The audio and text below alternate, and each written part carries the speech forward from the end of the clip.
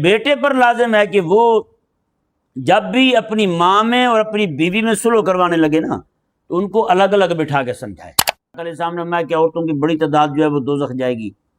ان میں میرے آقا علیہ السلام نے سب سے پہلی وجہ جو بیان کی نا، میرے آقا علیہ السلام نے فرمایا کہ تم لوگ اپنے شوہروں کی ناشکری کرتی ہو۔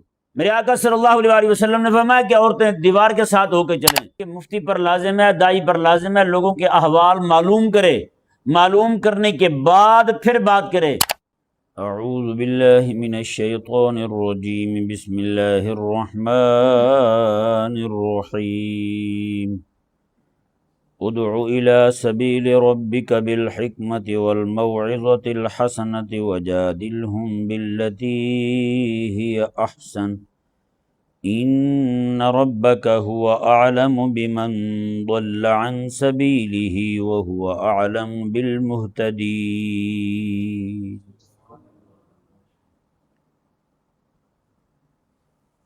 کل کچھ صورتیں آپ کے سامنے بیان کی تھی،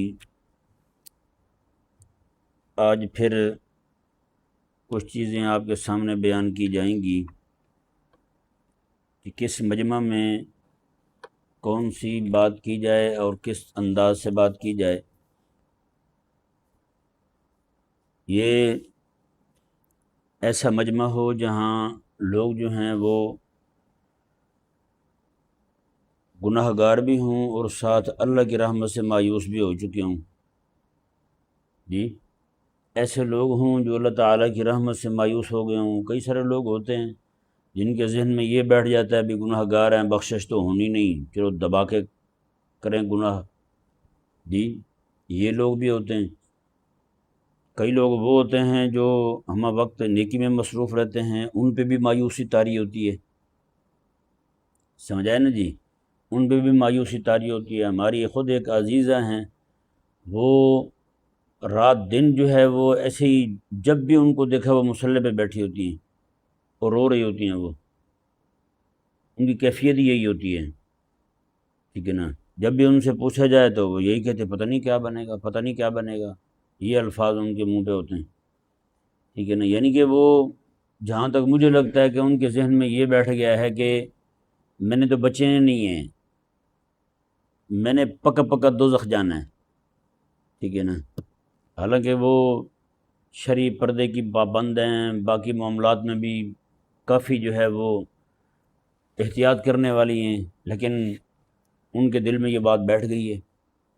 اب ایسا کوئی بندہ ہو، جو کچھ بندے وہ ہوتے ہیں جو مایوس ہو کہ بخشش ہونی ہی نہیں ہے تو وہ مزید نیکیوں کی طرف رجحان کر لیتے ہیں، اور کچھ وہ ہوتے ہیں جو گناہ کر رہے ہوتے ہیں تو ان کے ذہن میں یہ بیٹھ جاتا ہے کہ بخشش ہونی نہیں ہے تو مزید گناہ بڑھا دیتے ہیں۔ یہ دو طرح کے طبقے ہوتے ہیں اور یہ مختلف مزاج ہوتے ہیں، اور یہ دونوں طبقوں کے لوگ ہمارے ہاں موجود ہیں، دونوں فکر کے لوگ۔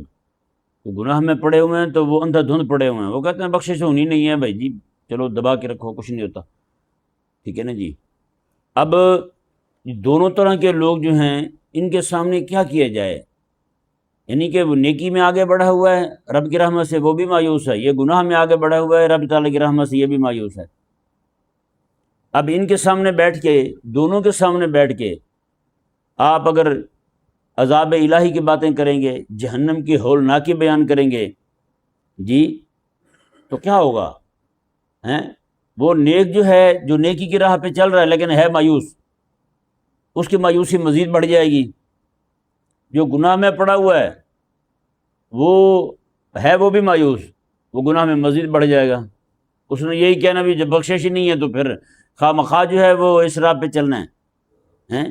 ایسے جو لوگ ہیں ان کے سامنے اللہ تبارک و تعالیٰ کی بارگاہ میں توبہ کی قبولیت بیان کی جائے، اللہ تبارک و تعالیٰ کی رحمت کی وسعت بیان کی جائے، اللہ تبارک و تعالیٰ کی مغفرت کی وسعت بیان کی جائے، یہ والی چیزیں ان کے سامنے رکھی جائیں، ان کو بیان کی جائیں اور بار بار بیان کی جائیں، تو امید ہے وہ جو نیکی کی راہ پہ چل رہا ہے اور اللہ تعالیٰ کی رحمت سے مایوس ہے، اس کے دل میں بھی اللہ تعالیٰ کی بارگاہ سے امید پیدا ہو جائے گی۔ اور جو گناہ کی راہ پہ چل رہا ہے اور اللہ تعالیٰ کی رحمت سے مایوس ہو کر کے گناہ میں آگے سے آگے بڑھتا جا رہا ہے، وہ بھی اللہ تبارک و تعالیٰ کی رحمت سے پر امید ہو جائے گا۔ اور عین ممکن ہے یہی ایک واعظ جو ہے اس نیک کو جو اللہ تعالیٰ کی رحمت سے مایوس ہو چکا ہے اسے پر امید کر دے، اور اس بندے کو، جو بندہ گناہوں کی دلدل میں دھنسا ہوا ہے اور اللہ تعالیٰ کی رحمت سے مایوس ہو چکا ہے، اس بندے کو نیک بنا دے۔ سمجھ آیا نا جی؟ اسی لیے اور کئی علاقے ایسے ہوتے ہیں جہاں پہ لوگ ہوتے ہیں تقریباً، آپ گاؤں دیہاتوں میں چلے جائیں، وہاں پہ کیا ہوتا ہے، میلاد کے مہینے میں میلاد کے جلسے کریں گے، شادی بیاہ آ گیا تو دور دراز سے عورتیں بھی بلوا لیں گے ناچنے والی، پورے علاقے والے اس میں اکٹھے ہوں گے، نمازی بھی، بے نمازی بھی، بزرگ بھی، سارے کے سارے جناب جو نماز میں اگلی صف میں ہوں گے وہ اس کام میں بھی اگلے صف میں ہوں گے، وہ بیٹھے دیکھ رہے ہوں گے ہیں۔ ایک جگہ تو مجھے ایک دوست نے بتایا، وہ کہتے ہیں جی کہ بابا 5 وقت کا نمازی، جب وہ شادی کے موقع پہ اس طرح کا فنکشن ہونے لگا نا تو وہ کہنے لگا پتر مجھے آگے بٹھانا، مجھے پیچھے نظر نہیں آتا۔ سمجھ نہیں آیا؟ تو یعنی کہ اس معاملے میں بھی وہ آگے آگے ہوتے ہیں، تو اس طرح کا مزاج ہوتا ہے لوگوں کا۔ تو اس طرح کے لوگوں کے سامنے جا کر کے آپ اللہ تبارک و تعالیٰ کی رحمت کی باتیں سنائیں گے، بخشش کی باتیں سنائیں گے، تو ان کا مزاج مزید بگڑے گا۔ نہیں سمجھ آیا؟ حضرت مفتی عام یار خان رحمہ اللہ فرماتے ہیں کہ جس علاقے کے اندر لوگ گناہوں میں مبتلا ہوں اور اس علاقے کا خطیب اور واعظ جو ہے وہ اللہ تعالیٰ کی رحمت کی باتیں سنائے، سمجھ نہیں آیا، وہ اللہ تعالیٰ کی رحمت کی باتیں سنائے، کہتے ہیں اس علاقے میں شیطان کو آنے کی ضرورت نہیں ہے، وہ مولوی صاحب خود لوگوں کو جہنمی بنانے کے لیے کافی ہے۔ یعنی وہ پہلے اللہ تبارک و تعالیٰ کی رحمت سے اتنے پر امید ہیں، بات بات پہ کہتے ہیں آپ بخشے جائیں گے، وہ بخشے جائیں گے، کچھ نہیں ہوتا، وہ 99 100 کا قاتل بھی بخشا گیا تو ہم بھی بخشے جائیں گے، ہم نے کون سے قتل کیے ہوئے ہیں۔ تو مفتی صاحب فرماتے ہیں کہ ایسا بندہ جو ہے وہ شیطان کا نائب اور خلیفہ ہے، اس علاقے والے لوگوں کو جہنم کے دروازے تک پہنچانے میں وہ شیطان کی نیابت کر رہا ہے۔ سمجھا ہے نا جی؟ ویسے اس وقت جو ہے وہ تقریباً ہمارے ہاں یہی کچھ بیان ہو رہا ہے یا نہیں؟ یہی کچھ بیان ہوتا ہے۔ وہ لوگ بیچارے جو ہیں وہ سال کے بعد مسجد آتے ہیں، آگے سے باتیں بخشش کی سنائی جاتی ہیں، مزید جو ہے ان کا کام آگے پیچھے ہو جاتا ہے۔ اچھا، کوئی بندہ ایسا ہو جس کا عقیدہ خراب ہو، سمجھ نہیں آیا، جس کا عقیدہ خراب ہو، اس کے سامنے کیا بیان کیا جائے؟ عموماً ہوتا ہے اگلا بندہ ایسا ہے جس کا عقیدہ خراب ہے، نظریہ خراب ہے، عقیدہ فاسدہ ہے اس کا، لیکن ہمارے لوگ جو ہیں اس کے سامنے فروعی مسائل چھیڑ کے بیٹھ جاتے ہیں۔ بھئی جس بندے کا عقیدہ خراب ہے، آپ اس کے سامنے رفع یدین کی باتیں سنائیں گے، آپ اس کے سامنے اونچی آمین کی باتیں سنائیں گے، تو اس کا عقیدہ کہاں ٹھیک ہوگا؟ عقیدہ تو ٹھیک نہیں ہوگا۔ یہ جو باتیں ہیں، رفع یدین کرنا نہ کرنا، اونچی آمین کہنا نہ کہنا، امام کے پیچھے فاتحہ پڑھنا نہ پڑھنا، ان باتوں کی عقیدوں کے سامنے کیا وقت ہے؟ وہ کس کے سامنے ڈھکی چھپی بات ہے یہ والی؟ ہر ایک کو پتہ ہے کہ عقیدہ کہاں کھڑا ہے، اور یہ والے مسائل، فروعی مسائل جو ہیں یہ کہاں کھڑے ہوئے ہیں۔ سمجھ نہیں آیا؟ جس بندے کا عقیدہ خراب ہے، آپ اس کے سامنے اس طرح کی باتوں کو لے کے بیٹھیں گے تو ظاہری بات ہے اس کے عقیدے کا فساد تو وہیں کا وہیں رہے گا۔ اس کا مطلب یہ ہے کہ آپ اس کے عقیدے کی درستگی چاہتے ہی نہیں ہیں۔ لہذا ایسا کوئی بندہ آپ کے سامنے آ جائے جس بندے کا عقیدہ ہی ٹھیک کو نہیں، تو آپ اس کے سامنے عقیدے کی بات کریں، عقیدے کی اصلاح کی بات کریں، اور وہ بات بھی حکمت کے ساتھ کی جائے، نہ کہ جناب اس کے عقیدے کو اور جن کو وہ بڑا مان رہا ہے ان کو گالی گلوچ کر کے، ان کو جناب برا بھلا کہہ کے، جب آپ اس کے سامنے بیٹھتے ہی اس کے بڑوں کو برا بھلا کہہ دیں گے فوراً، تو کب آپ کی بات سنے گا؟ وہ تو متنفر ہو جائے گا، وہ کبھی بھی آپ کی بات نہیں سنے گا، نہیں سمجھ آئے گا۔ آپ اس کو پیار کے ساتھ سمجھائیں گے، عقیدے کی اصلاح پہلے کریں گے۔ بہت سارے لوگ ہیں جن کو عقیدے کا پتہ ہی کو نہیں، عقیدے کا پتہ کو نہیں، وہ ایسے ہی جناب میں جو فلاں ہوتا ہوں، میں تو فلاں ہوتا ہوں، اس طرح کا حساب ہے ان کو پتہ نہیں ہوتا جناب میں جس جماعت کے ساتھ لگا ہوا ان کے عقیدے کیا ہیں، ان کے نظریات کیا ہیں، بالکل نہیں پتہ ہوتا ان کو، لیکن ان کے ساتھ لگے ہوتے ہیں۔ سمجھ نہیں آیا؟ تو ان کو صرف اعتقاد ہوتا ہے یار ہمارا فلاں عالم جو ہے نا وہ بڑا بزرگ ہے، فلاں عالم جو ہے نا وہ بڑا بزرگ ہے۔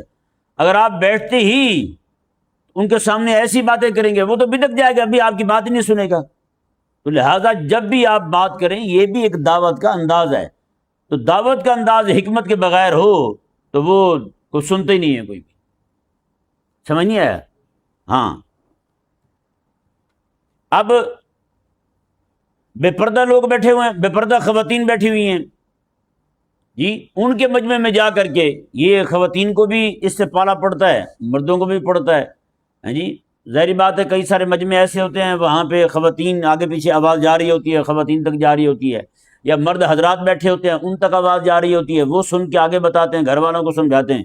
اگر بے پردہ خواتین بیٹھی ہوئی ہوں ان کے سامنے اگر آپ نفلی حج کے، نفلی عمرے کے اور نفلی اعتکاف کے اور صلاۃ و تسبیح کے فضائل سنائیں گے، بتائیں یہ تو ویسے وہ کرنے کو تیار ہوتے ہیں، خواتین تو ویسے بڑے ذوق شوق کے ساتھ صلاۃ و تسبیح پڑھنے کو تیار ہو جاتی ہیں، کہتے ہیں جی فلانی تسبیح بتائیں، فلاں تسبیح بتائیں۔ عورتیں زیادہ تر وظیفے پوچھتی ہیں، ہے یہ نہیں؟ وہ جی میں نے فلانے تو اتنے وظیفے پڑھ لیے ہیں، میں نے اتنے پڑھ لیے ہیں، تو یہ وظیفے تو بھرمار کر دیتی ہیں یہ ہیں۔ اگر اس طرح کا کوئی مجمع ہے تو ان کے سامنے جو ہے وہ پردے کی بات کی جائے، ان کے سامنے امہات المومنین رضی اللہ تعالی عنہن کی جو ہے عفت ہے، پاک دامنی ہے، ان کی حیا ہے، اس کی بات کی جائے، ان کے سامنے یہ بیان کیا جائے کہ میرے آقا صلی اللہ علیہ وسلم کی زوجہ محترمہ تھی ہیں، بلکہ آقا علیہ السلام نے خود دیکھا، کریم آقا علیہ السلام کی جو ہے نا وہ ایک مرد کا کندھا ٹکرایا تھا ایک عورت کے ساتھ، کریم آقا علیہ السلام نے فرمایا کہ عورتیں جو ہیں وہ سائڈ پہ ہو کے چلا کریں، اس طرح یوں گلی کے درمیان میں نہ چلا کریں۔ جی یہ میرے آقا علیہ السلام کی تعلیم ہے۔ بتائیں اس حدیث پاک پر آج عمل ہوتا ہے؟ عورتیں درمیان میں چل رہی ہوتی ہیں، کوئی نہیں دیکھا جاتا ہیں۔ میرے آقا صلی اللہ علیہ وسلم نے فرمایا کہ عورتیں دیوار کے ساتھ ہو کے چلیں۔ مشکات شریف میں حدیث پاک ہے، صحابہ کرام علیہ رضوان فرماتے ہیں پھر ہم نے دیکھا خواتین جو ہیں دیوار کے ساتھ اس طرح لگ کے چلتی تھیں، بعض اوقات خواتین کا برقع دیوار کے ساتھ چپک جاتا تھا۔ سمجھایا نہیں سمجھایا؟ یعنی اس طور پہ وہ آقا علیہ السلام کے حکم پر عمل کرنے والی تھی۔ آج کی خواتین جو ہیں وہ بالکل جناب بے فکر ہو کے درمیان میں چلتی ہیں، نہ ان کو کوئی بتانے والا ہے نہ ان کو کوئی سمجھانے والا ہے جی۔ کسی عذر شرعی کی وجہ سے گھر سے نکل رہی ہیں خواتین تو شوہر کا کام بنتا ہے، بھائی کا کام بنتا ہے، ابا کا کام بنتا ہے وہ ان کو سمجھا کے بھیجے کہ بیٹا بہن ہیں اپنی بیوی ہے تو فلاں کی ماں دیکھ کے چلنا، ہیں سائڈ پہ ہو کے چلنا، کنارے پہ چلنا، درمیان میں نہ چلنا۔ یعنی وہ دور تو صحابہ کرام علیہ رضوان کا دور ہے، اور آج کا دور یہ دور ہے۔ اللہ اکبر کبیرہ۔ یہ جو بندہ رشتے توڑتا ہے، قطع رحمی کرنے والا ہے، اس بندے کے سامنے جو ہے آپ نفلی اعتکاف کی باتیں نہیں کریں گے۔ سمجھ نہیں آیا؟ آپ کو معلوم ہے کہ یہ بندہ رشتے توڑتا ہے، تعلق توڑتا ہے، بات بات پہ جناب یہ ختم کر دیتا ہے، بس جی ٹھیک ہے توڑی ساڑی ہو گئی بھائی، آج کے بعد کوئی سلام دعا کون، آپ نے ہمارے گھر میں نہیں آنا، میں توڑے گھر لت نہیں رکھنی، کہتے نہیں کہتے بات بات پہ؟ اس طرح کے مزاج کے لوگ ہوتے ہیں۔ تو اس طرح کے لوگوں کے سامنے جو ہے وہ حقوق العباد کی بات کی جائے گی۔ کون سی بات کی جائے گی؟ حقوق العباد کی بات کی جائے گی، رشتوں کو جوڑنے کے ثواب کی بات کی جائے گی، وہاں پہ ایک دوسرے کو معاف کرنے کی فضیلت بیان کی جائے گی، نہ کہ جناب ان کے سامنے جب وہ چھوٹی چھوٹی باتیں سنا کے لڑائی بڑی پڑی ہوئی ہے۔ یہ ایسے ہی ہے جیسے جناب پورے گھر میں آگ لگی ہوئی ہے تو کوئی بندہ سرنج میں پانی ڈال کے آ جائے آگ کو بجھانے کے لیے، سرنج کے ذریعے آگ بجھے گی؟ نہیں بجھے گی بھائی۔ تو جو بندہ رشتے توڑنے والا ہے، تعلق ختم کرنے والا ہے، اس کے سامنے کو بندہ جا کر کے باتیں سنائے گا اس طرح کی، نفل پڑھنے کے ثواب بیان کرے گا، تو ظاہری بات ہے یہ وہ جو آگ وہاں لگی ہوئی ہے اس کی پچکاریوں سے تو وہ آگ جو ہے وہ بجھنے والی نہیں ہے، وہ کبھی بھی نہیں بجھے گی، اس کی اصلاح نہیں ہوگی، بندہ جو ہے وہ سمجھنے کی طرف آئے گا ہی نہیں۔ ایک بندہ یتیموں کا مال کھاتا ہے جی، نہیں سمجھ آتا؟ معاشرے میں ہوتے ہیں ایسے لوگ جن کے اللہ نہ کرے ان کا کوئی بھائی فوت ہو جائے تو اس کی ذمہ داری اس پر آ جاتی ہے بچوں کی، تو وہ مال میں بڑی گڑبڑ کرتے ہیں، ان کا حق دبا جاتے ہیں۔ ایسے لوگ جو ہیں ان کے سامنے اگر آپ جو ہے نا وہ فضائل سنائیں گے لوگوں کو پانی پلانے کے، تو بتائیں وہ کب غریبوں کا مال واپس کرے گا، یتیموں کا مال واپس کرے گا؟ وہ تو کبھی بھی نہیں کرے گا۔ سمجھایا نہیں سمجھایا؟ تو اس لیے کل میں نے آپ کے سامنے عرض کیا تھا کہ مفتی پر لازم ہے، دائی پر لازم ہے لوگوں کے احوال معلوم کرے، معلوم کرنے کے بعد پھر بات کرے۔ اللہ تبارک و تعالی نے انبیاء کرام علیہ السلام کو جس معاشرے میں رکھا ہے نا، جن کی طرف مبعوث فرمایا ہے 40 سال تک ان میں رکھا ہے تاکہ ان کو آگاہی ہو جائے یہ کن کن خرابیوں میں مبتلا ہیں، 40 سال تک پورے۔ پھر جا کے اللہ تبارک و تعالیٰ ان کو فرماتا تھا کہ اب تم نے اعلان نبوت کرنا ہے، اب تم نے ان کی اصلاح کرنی ہے، خرابیاں تم نے دیکھ لی ہیں، ان کی اصلاح کے طریقے میں تعلیم فرماؤں گا تمہیں، پھر تم نے ان کو سیدھے راہ پہ لگانا ہے۔ سمجھا نہیں سمجھایا؟ ہاں۔ اور اسی طرح بیمار بندہ جو ہے، یہ بیمار بندے کے سامنے جا کے ہمارے لوگ خطیب اسلام بن جاتے ہیں، سمجھ نہیں آیا؟ ایک ایک بندہ خطیب پاکستان بن جاتا ہے، وہاں جا کے طبیب بن جاتے ہیں، ایسے شروع ہوں گے کہ اس کی سنیں گی نہیں۔ بیمار جو ہوتا ہے نا، اس کو اس بندے کی ضرورت ہوتی جو اس کا دکھ سنے، نہ کہ اس کو سنانے لگ جائے کوئی آ کے۔ نہیں سمجھ آیا؟ بیمار کو خطیب کی ضرورت نہیں ہوتی، بیمار کو سامع کی ضرورت ہوتی ہے۔ نہیں سمجھ آیا؟ اور کئی لوگ جو ہوتے ہیں وہ جا کے ایسے شروع ہوتے ہیں، اللہ معاف کرے وہ چپ نہیں کرتے، ادھر کی چھوڑتے نسخوں کے نسخے بتائے جائیں گے، کبھی کوئی نسخہ تو کبھی کوئی نسخہ، تو اس طرح کی باتیں کر کے وہاں سے روانہ ہو جائیں گے۔ پھر بیمار کے پاس آپ گئے ہیں تو ایک پہلی تو بات یہ کہ آپ اس کی تکلیف سنیں، کیونکہ آپ کو بھی یہ معلوم ہے، آپ بھی معاشرے میں رہتے ہیں، بیمار جب اپنا دکھ کسی کو سنا لیتا ہے نا تو اس کا دل بھی ہلکا ہو جاتا ہے، ہوتا نہیں ہوتا؟ بیمار کا دکھ ہلکا ہو جاتا ہے۔ لیکن ہمارے ہاں کیا ہے، آپ کسی کو فون کر لیں، پوچھے گا بھی وہ آپ کا حال، ہاں جی سنائیں کیسے ہیں، آگے سے اگر آپ بتا دیں کہ مجھے 2 دن ہو گئے بخار ہے، وہ آگے سے پتہ کیا سنائے گا، میں 20 دنوں سے بیمار پڑا ہوں۔ آپ کہہ دیں کہ میرے بیٹے کو بخار ہے، وہ آگے سے کہے گا میرا بیٹا تو اٹھتا ہی نہیں ہے 4 پہی سے، بھی اتنا بخار ہے اس کو۔ یہ ان معاملات میں مقابلے کرنے میں لگے ہوئے ہیں، بھی آپ نے اس کا حال پوچھے کیوں، تو جب سننا نہیں ہے آپ نے، اس نے بھی پہلی بات زبان سے نکالی ہے، آپ نے آگے لمبی چوڑی سنانی شروع کر دی ہے اس کو۔ سمجھ آیا نہیں سمجھ آیا؟ تو اس طرح کا جو رویہ نا یہ بالکل غلط ہے۔ اور اسی طرح کر کے بیمار کے سامنے گئے ہیں تو بیمار کے سامنے جا کے مایوسی والی باتیں بالکل نہیں کرنی، مایوسی والی باتیں بالکل نہیں کرنی، اس کے سامنے ایسی باتیں کرنی ہیں۔ اور اس طرح کو بندہ بیمار پڑا ہوا ہے بالکل، اس کے سامنے نزع کی باتیں کرنی، موت کی باتیں کرنی، کفن کی باتیں شروع کر دینی، یہ قطعاً نامناسب بات ہے۔ سمجھ آیا نا جی؟ یہ عورتوں میں یہ بڑا مرض ہوتا ہے، یہ جائیں گی تو جاتے ہی ساتھ ہی کہیں گی لو یہ وہی مرد ہے جو بشیرام باجی کو لگا تھا، وہی بچی تو رہنا اس نے بھی نہیں ہے، نذیرہ باجی دیکھے نا آپ نے، آنکھیں اندر دھنس گئی ہیں، اس کے ساتھ بھی یہی ہوا تھا، چاچا نہیں بچتا، بتائیں، وہ بیچارہ 2-4 دن نکالنے والا وہ پہلے دل چھوڑ جاتا ہے۔ نہیں سمجھ آیا؟ آپ دیکھتے ہیں نا ڈاکٹروں کے پاس، جب وہ اس طرح دیکھتے ہیں کسی بندے کی حالت اس طرح کی ہو گئی ہے تو وہ بھی یہی کہتے ہیں آپ گھر لے جائیں، وہاں دعا کریں اللہ تبارک و تعالیٰ سے، اللہ تعالیٰ خیر کر دے گا۔ ڈاکٹر بھی یہ نہیں کہتے کہ بس لے جاؤ جی آدھا گھنٹہ رہ گیا اس کا، نہیں سمجھ آیا؟ کہ یہ نہیں کہ وہ بیچارہ بیمار جو ہے وہ وہیں بیٹھے رہے، باقی لوگوں کو ڈرپیں لگ رہی ہیں وہیں پہ، سمجھ نہیں آیا؟ اس طرح کی خواتین کو ویسے جو بندہ بیمار ہو یعنی کہ سیریس حالت میں ہو اس کے پاس جانا نہیں چاہیے، بلکہ مردوں کو خود روک دینا چاہیے کہ بی بی آپ کدھر ہی رکیں، کہ نہیں سمجھ آئی؟ ہاں، آپ کی تیمارداری جو ہے، عیادت کا مطلب ہوتا ہے بیمار کو تسلی دینا، نہیں سمجھ آیا؟ آپ نے بھی یہ دیکھا ہوگا یہ نفسیاتی مسئلہ ہے، بعض اوقات کئی طبیب ایسے ہوتے ہیں، ڈاکٹر ایسے ہوتے ہیں، ان کے پاس بندہ چلا جائے نا جی، وہ دیکھ کے کہتے نہیں جی آپ کو تو مسئلہ ہی کوئی نہیں ہے، کیونکہ آپ کو معلوم ہے بہت سارے لوگ جو ہیں بیماری تھوڑی ہوتی ہے پریشانی زیادہ لے جاتے ہیں، ہے یا نہیں؟ کچھ بیماری ہوتی ہے، کچھ پریشانی ان کو لے بیٹھتی ہے، ان کو پریشانی بیمار کر جاتی ہے، جیسے ان کو تسلی ملتی ہے طبیب کی طرف سے، ڈاکٹر کی طرف سے، تو وہ اسی وقت اپنے آپ کو اچھا محسوس کرنے لگتے ہیں، وہ کہتے ہیں یار میری تو بیماری آدھی ختم ہو گئی، نہیں سمجھ آیا؟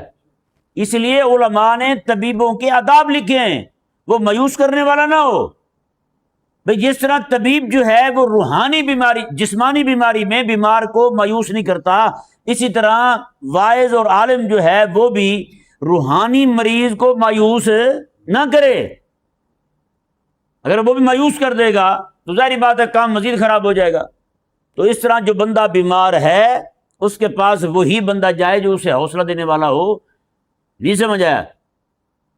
ایسا بندہ ہوگا کوئی جو الٹی سیدھی بک دیتا ہے، اپنے منہ سے نکال دیتا ہے، اس کو پتہ نہیں ہوتا میں کیا کہہ رہا ہوں، تو پھر معاملات آپ کو پتہ ہے کہ وہ بیمار جو ہے بیچارہ زیادہ دل چھوڑ جاتا ہے. کوئی بندہ مصیبت میں مبتلا ہے جی، کسی کے ہاں اللہ نہ کرے کوئی فوتگی وغیرہ ہو جائے یا کوئی نقصان ہو جائے اس کا، تو اس کے پاس جا کر کے نصیحتیں نہیں کرنی. سمجھ نہیں آیا؟ کوئی دکھ میں مبتلا ہو گیا، کسی کا نقصان ہو گیا بہت بڑا، تو اس کے سامنے جا کے لمبے چوڑے واعظ نہیں کرنے. ٹھیک ہے نا؟ کئی لوگ جا کے ان کو واعظ کرنے لگتے ہیں، ان کو نصیحتیں کرنے لگتے ہیں، ان کی غلطیاں ان کے سامنے کھولنے لگتے ہیں. دیکھو جی آپ نے یہ غلط کام کیا ہے، میں نے کئی بار آپ کو سمجھایا تھا، پھر آپ نے وہی کیا ہے. آپ نہ کرتے اس طرح. میں نے کتنی بار آپ کو سمجھایا تھا، فلاں کو کہے گا، فلاں کو نکلے گا، ابھی میں نے اس کو بڑی بار سمجھایا تھا، اب نہ کر. اب چکھ لیا نا مزہ اس نے. اس طرح کی باتیں کریں گے اس بندے کے سامنے جو بیچارہ پہلے دکھ میں مبتلا ہے، جو بیچارہ پہلے مصیبت میں مبتلا ہو چکا ہے. سمجھ آیا نہیں سمجھ آیا؟ اور اس طرح کے ہمارے ایک قریبی تعلق والے ہیں، ان کے ہاں بلکہ ان کی اماں فوت ہو گئی. ہمارے علاقے کا ایک کوئی ایم این ایم پی کے الیکشن لڑتے ہیں، وہ جیت بھی جاتے ہیں کئی بار. ان کے پوتے آئے ہوئے تھے ان کی تعزیت کے لیے کہ آپ کی اماں فوت ہوئی ہیں. تو وہ کوئی فوت کی ہو گئی تو 5-7 دن کے بعد پہنچے. آگے سے انہوں نے تعزیت کی تو کمال تعزیت کی، سبحان اللہ. کیا الفاظ تھے ان کے. انہوں نے کہا جی آپ کی اماں فوت ہوئی، آپ نے بتایا نہیں ہے. انہوں نے کہا جی بس آپ تک پیغام نہیں پہنچا پائے، مصیبت میں مبتلا تھے تو سارے سمجھ نہیں آیا. میں تو وہ آگے سے وہ کہنے لگے، وہ جو ایم این ایم پی اے کے پوتے تھے، علم والے تھے، پڑھے لکھے تھے، یونیورسٹی میں تعلیم پا رہے تھے، وہ کہنے لگے آج کے بعد کوئی بھی مرے نا آپ کا، آپ میرا نمبر رکھ لیں، آپ فوراً مجھے فون کریں، میں افسوس کرنے آپ کے گھر پہنچوں گا. بتائیں، یعنی کہ وہ بکنگ کر رہے ہیں، جس نے افسوس کروانا ہے وہ ہمارا نمبر رکھ لے، کیونکہ پھر ہم نے ووٹ لینے بھی تو آنا ہے نا آپ کے پاس. تو ہمارا نمبر رکھ لیں، جب بھی کوئی آپ کا مرے تو آپ جو ہے وہ فوراً ہمیں اطلاع دیں، ہم آپ کی تعزیت کرنے کے لیے آپ کے گھر آئیں گے چل. یہ حساب ہے. تو اس طرح کے لوگ جو ہیں وہ اگلے بندے کی مصیبت کو بڑھا دیتے ہیں. سمجھ آیا نہیں سمجھ آیا؟ اگلے بندے کی مصیبت جو ہے وہ زیادہ ہو جاتی ہے. ایک بندہ ہے جی وہ غصے میں مبتلا ہے، اس کے سامنے کھڑے ہو کے اس کی غلطیوں کی نشاندہی نہ کی جائے. نہیں سمجھ آیا؟ اس کو غصہ ٹھنڈے کرنے کی، لوگوں کو معاف کرنے کی، اللہ تبارک و تعالیٰ سے ڈرنے کی بات کی جائے. سمجھ نہیں آیا؟ اللہ تعالیٰ سے ڈرنے کی بات کی جائے. ایک بندہ ایسے کھڑا ہوا تھا، وہ غصے کی وجہ سے اس کی رگیں تک پھول چکی تھی. میرے آقا علیہ السلام نے فرمایا کہ میں ایک وظیفہ جانتا ہوں، اگر تم پڑھ لو نا تمہارا غصہ اسی وقت ٹھنڈا ہو جائے گا. دیکھیں کیسے توجہ ہٹائی حضور نے. یہ نہیں کہ اس سے پوچھتے ہو کیوں غصہ چڑھ گیا تجھے، بتا تو صحیح. وہ یہ غصے والی بات بتانے لگتا تو مزید غصہ چڑھ جاتا اس کو. کہ نہیں سمجھ آیا؟ آقا علیہ السلام نے فوراً اس کا علاج تجویز فرمایا، اس کا حل بتایا. میں ایک وظیفہ مجھے معلوم ہے، اگر تم کہو تو میں تمہیں بتاتا ہوں. دیکھیں نا، فوراً یہ نہیں فرمایا حضور نے، حکم نہیں فرمایا میں پڑھے اعوذ باللہ، یہ نہیں فرمایا حضور نے. غصہ چڑھا ہوا ہے بندے کو تو اس کو فوراً نصیحت بھی نہیں کرنی بھائی. نہیں سمجھ آیا؟ میرے آقا علیہ السلام سبحان اللہ کیا حکیمانہ انداز ہے. میرے آقا علیہ السلام نے فرمایا کہ میں ایک وظیفہ جانتا ہوں، اگر تم کہو تو میں تمہیں بتا دوں، غصہ تیرا ٹھنڈا ہو جائے گا. اس نے کہا حضور ضرور بتائیں. آقا علیہ السلام نے میں اعوذ باللہ من الشیطان الرجیم، میں یہ پڑھ، غصہ ٹھنڈا ہو جائے گا. اور اس بندے نے اسی وقت پڑھا، بالکل اس کی حالت معتدل ہو گئی. سمجھ آیا نہیں سمجھ آیا؟ ہاں. اللہ اکبر کبیرہ. عموماً ہوتا یہ ہے کہ ساس بہو گھر میں شکرنجی ہو جاتی ہے. کیا ہو جاتی ہے؟ شکرنجی سمجھتے ہیں؟ یہ لڑائی کو بیان کرنے کا بڑا ادب والا لفظ ہے. سمجھ نہیں آیا؟ تو یہ معاملہ ہو جاتا ہے ساس بہو میں. جی بعض اوقات شوہر جو ہے وہ بیٹھتا ہے، یعنی ساس کا شوہر، سسر صاحب، وہ بیٹھ کے دونوں کو سمجھانے لگتا ہے. جی بہو جو ہے وہ تو چلو تڑکو بھڑکو کر کے چپ ہو جاتی ہے، لیکن ساس جب تنہائی میں جاتی ہے تو پھر جو سسر کی سیوا کرتی ہے، تم نے مجھے اس کے سامنے غلط کہہ دیا ہے، تمہیں ذرا خوف نہیں آیا، وہ سو سناتی ہے اس کو، سسر کو. ہیں، سسر کی بھی طبیعت کافی دن تک پھر فریش رہتی ہے۔ اگر بیٹا جو ہے وہ دونوں کو بٹھا کے سمجھانے لگے، دونوں کو بٹھا کے اکٹھے سمجھانے لگے، وہ بھی نقصان اٹھاتا ہے۔ ظاہری بات ہے وہ ایک نہ ایک کو غلط کہے گا، ہیں، ماں کو غلط کہتا ہے تو اپنی جنت جاتی ہے، بیوی کو غلط کہتا ہے تو بچوں کی جنت جاتی ہے یہ نہیں؟ دونوں صورتوں میں نقصان ہوتا ہے۔ اس لیے بیٹے پر لازم ہے کہ وہ جب بھی اپنی ماں میں اور اپنی بیوی میں صلح کروانے لگے نا تو ان کو الگ الگ بٹھا کے سمجھائے۔ اپنی اماں کے احسانات جو ہیں اس کی بیوی پر وہ بیان کرے، نہیں سمجھ آیا؟ اور بیوی جو ہے اپنی بیوی کی باتیں، اس کی کم علمی ظاہر کرے، اس کی کم سینی ظاہر کرے، چھوٹی عمر کی ہے، ابھی سمجھ نہیں ہے، آداب معلوم نہیں ہے، ایسے ایسے سمجھ جائے گی، آپ کے مزاج کے اس کو پتہ نہیں ہے، ہم بھی تو غلطی کر بیٹھتے ہیں، اتنے عرصے سے آپ کے ساتھ رہ رہے ہیں، وہ نئی نئی آئی ہے، ہیں، وہ آپ کے مزاج سے واقف نہیں ہے، تو ایسا ایسا وہ بھی سمجھ آئے گی، ہیں۔ بچے ہیں نا، ہمارے بھی تو بہنیں غلطی کرتی ہیں، اگر اس نے غلطی کر لی ہے تو اماں کیا ہو گئے، آپ معاف کر دیں، آپ بڑی ہیں، آپ بڑی ہو کے اس کے ساتھ لڑائی کریں گی، وہ تو چھوٹی ہے، وہ پھر آپ کی بے ادبی کرے گی، آپ کو پھر تکلیف ہوگی۔ اس طرح کی باتیں اماں کو الگ بٹھا کے سمجھائے اور بیوی کو الگ بٹھا کے سمجھائے، نہیں سمجھ آیا؟ ہاں، یہ طریقہ ہے۔ کئی جو ہوتے ہیں نا وہ درمیان میں بٹھا کے، اماں کو بٹھا کے اور بیوی کو بٹھا کے جج بن جاتے ہیں، سمجھ نہیں آیا؟ ہاں، پھر اماں بھی ناراض اور بیوی بھی ناراض۔ اماں کہتی ہے میری ترجمانی نہیں ہوئی، بیوی سمجھتی ہے کہ میرے حق میں نہیں بولا، یہ گونگا ہے، ہمیشہ شیطان بنا رہتا ہے، میرے حق میں تو بولتا ہی نہیں۔ اللہ اکبر۔ ماں کی خواہش ہوتی ہے بیوی کو چماٹے مار دے، اور بیوی کی خواہش ہوتی ہے کہ بیٹا جو ہے نا اپنی اماں کے گلے پڑ جائے، یہ ہوتا ہے۔ لہٰذا ایسے موقع پر جو ہے وہ جو میں نے آپ کو ایک طریقہ عرض کیا نا، اس طریقے پر ان کے درمیان صلح کروائی جائے، ان کے سامنے بات کی جائے، دونوں کو اس طرح تفہیم کی جائے۔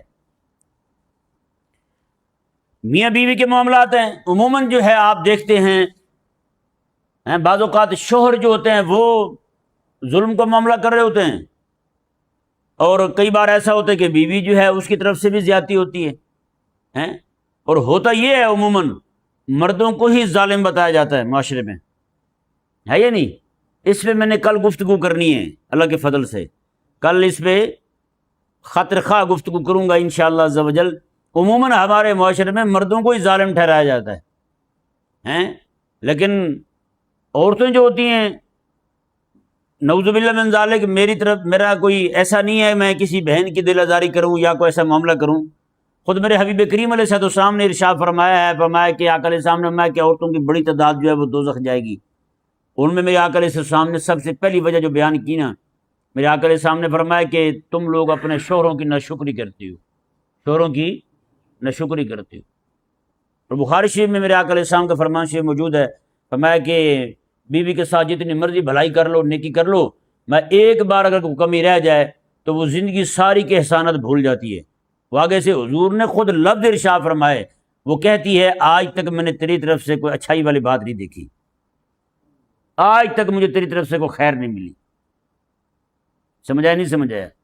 بعض تو پھر پورے ڈنر سیٹ بھی گنوا دیتی ہیں، یہ سارا میرے ابا نے بھیجا تھا، وہ میری اماں نے دلایا تھا، یہ چیزیں فلاں نے دلائی تھی، تو نے آج تک دیے ہی کیا ہے؟ کپڑے میرے عید پہ وہیں سے آ جاتے ہیں، تم کیا دیتے ہو مجھے؟ آج تک ایک جوڑا نہیں لے کے دیا تم نے۔ سمجھایا نہیں سمجھایا؟ اس طرح کے معاملات ہوتے ہیں۔ اللہ اکبر کبیرہ۔ کوئی غریب بندہ ہے نا جی، اس کے سامنے بیٹھ کے، جو لوگ ایسی بستی ہے، ایسا علاقہ ہے جو خود قسمہ پرسی کی حالت میں رات دن بتا رہے ہیں، اپنے معاملات ان کے تنگ ہیں، ان کے سامنے جا کر کے قربانیوں کی، مالی عبادات کی باتیں کرنا، یہ ان کو مزید پریشان کرنے والی بات ہے۔ سمجھایا نہیں سمجھایا؟ ہاں، ایسے لوگ جو ہیں ان کے سامنے صبر و قناعت کی، اور ان کے سامنے غریبوں کے لیے جنت اللہ تبارک و تعالیٰ نے رکھی ہے اس کا بیان کیا جائے۔ میرے حبیب کریم علیہ السلام نے ارشاد فرمایا کہ قیامت والے دن غریب لوگ جو ہیں وہ امیروں سے بھی 500 سال پہلے جنت جائیں گے۔ فقیر لوگ جو ہیں وہ امیروں سے بھی 500 سال پہلے جنت جائیں گے۔ اس طرح کی باتیں ان کو سنائی جائیں، ان کو صبر دیا جائے، ان کو دلاسا دیا جائے، اس طرح کی ان کے سامنے باتیں کی جائیں، تو انشاءاللہ عز و جل امید ہے کہ آپ کی دعوت کو بھی فائدہ ہوگا اور دعوت سننے والوں کو بھی فائدہ ہوگا۔ اللہ تبارک و تعالی سمجھنے کی توفیق عطا فرمائے۔